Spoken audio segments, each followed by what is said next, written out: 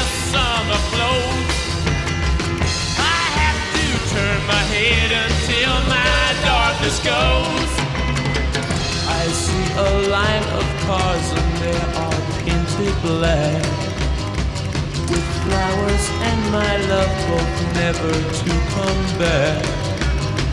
I see people turn their heads and quickly look away.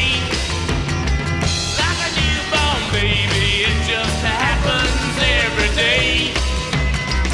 I look inside myself and see my heart is black.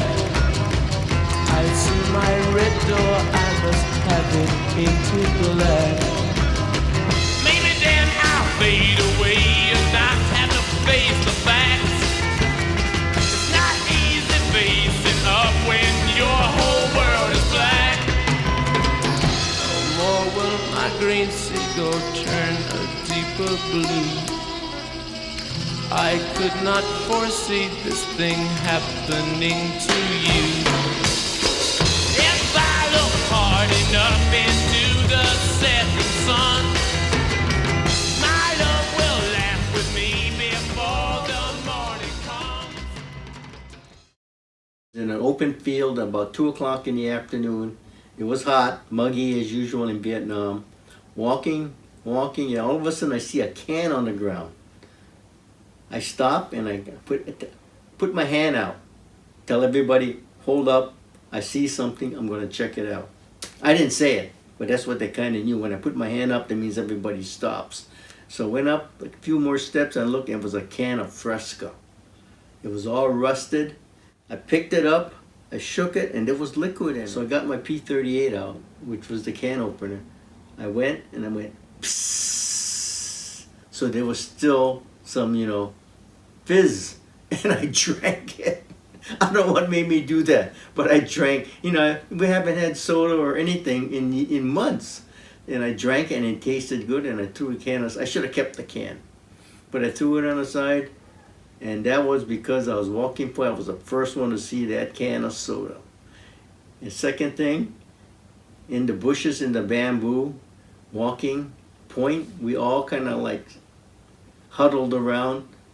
Underneath the bamboo is a small, we're taking a break. I'm walking couples, then all of a sudden I fall into a hole. The guys who are close to me is going, "Hey, Pineapple, where are you? Where are you, Pineapple?" They thought I disappeared. And I said, "I'm down here." I fell into a bungee pit. It wasn't really a bungee pit, it was a lookout pit. It was about 5 feet, maybe 5.5 feet, enough to cover my head. And I said, "I'm here." It wasn't a bungee pit. If it was a bungee pit, I'd be kind of injured. But it was under the bamboo. And it was there when I got up and walked around the bamboo to check things out. I felt a pain in my chest.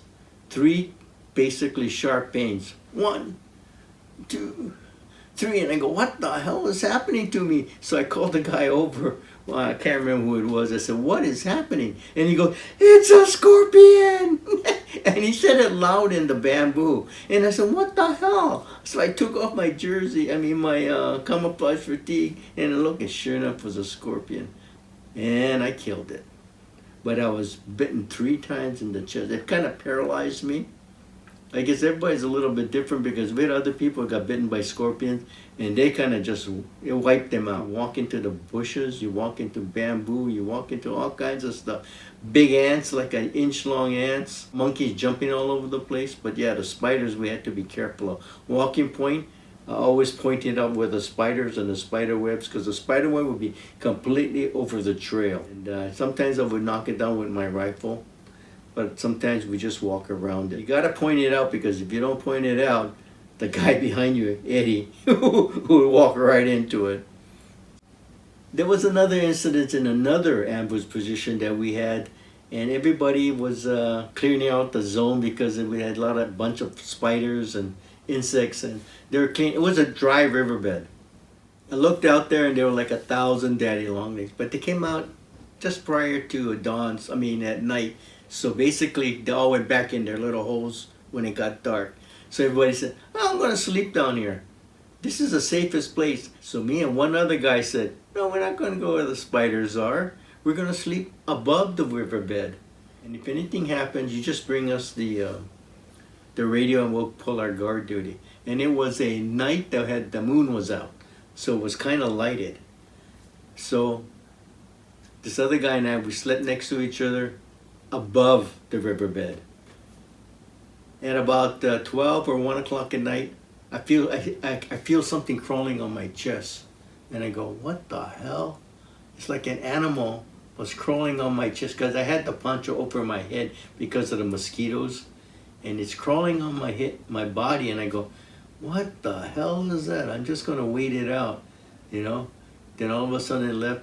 Then about 10 or 15 seconds later, I hear the guys on the riverbed yelling. It was a mongoose running back and forth up the riverbed. He was trapped in the riverbed because they're like 10 people there, you know, sleeping. So the mongoose was running up and they go, what the hell? And I go, hey guys, this is an ambush position. We can get killed out here. But the mongoose kept on running. He couldn't get out. The mongoose could not get out because he didn't know which way the people were. And that was pretty funny at that time.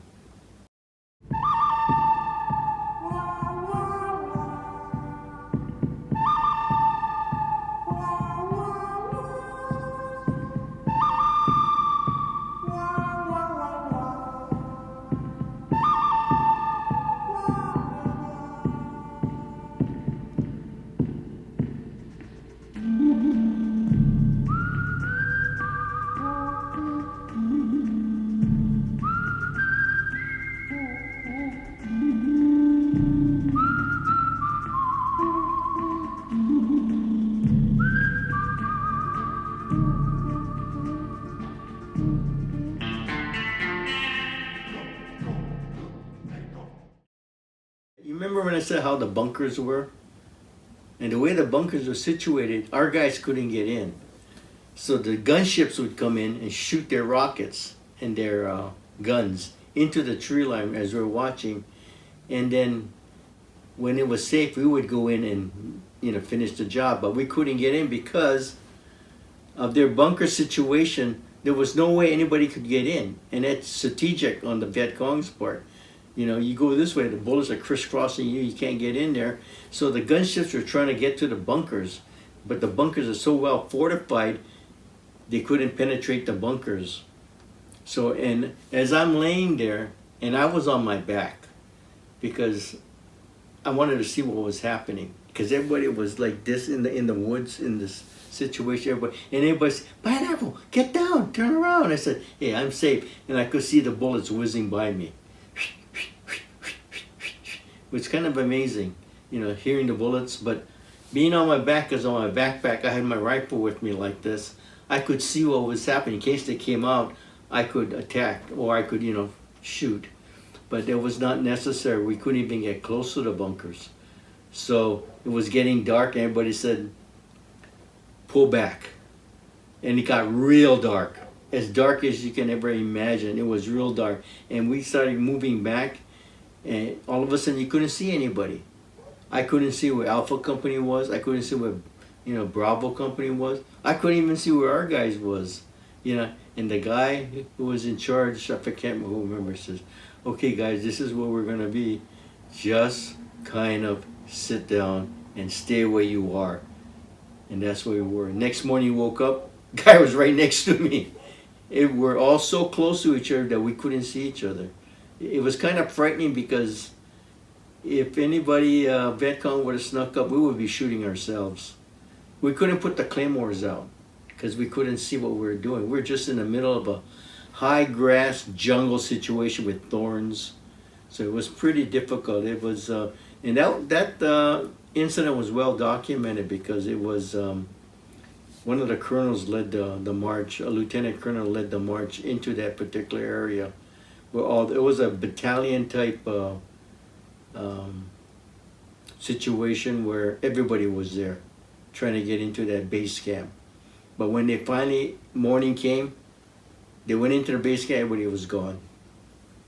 Everybody was gone.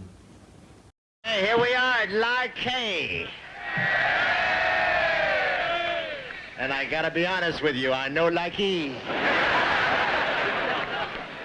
It's a real thrill to be here at Lai Khe, home of the Big Red One. This is quite a spot.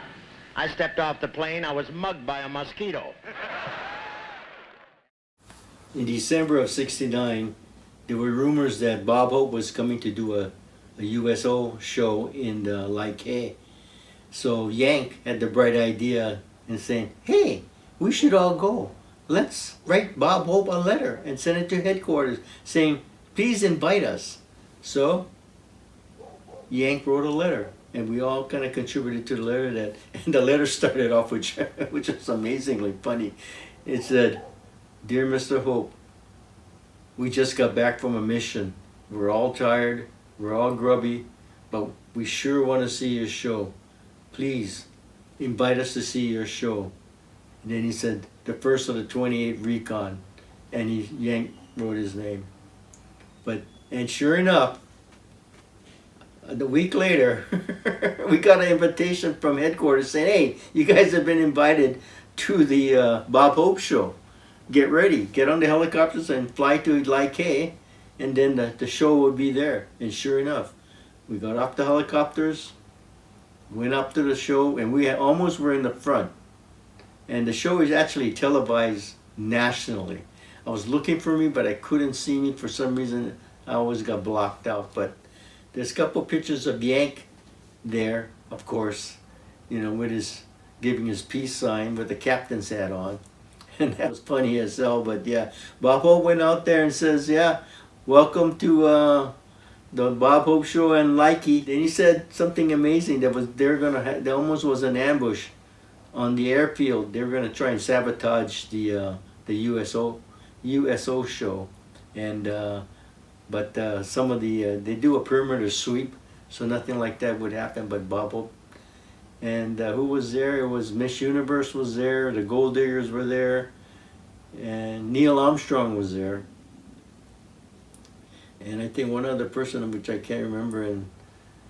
But it was a fairly good show. And Bob Hope's pretty strict. It's not like he's always joking around. He wants the show to go on perfect because the cameras are there, and he invited a couple people up there to join him and express, you know, whatever's happening in the Lai Khe area. But it was interesting to be on the Bob Hope Show, and we thank Yank for that, because Yank was the guy that initiated it. Not only initiated, but he wrote the letter to get us there. And if you see the USO show in 1969 in December at Lai Khe, that's us.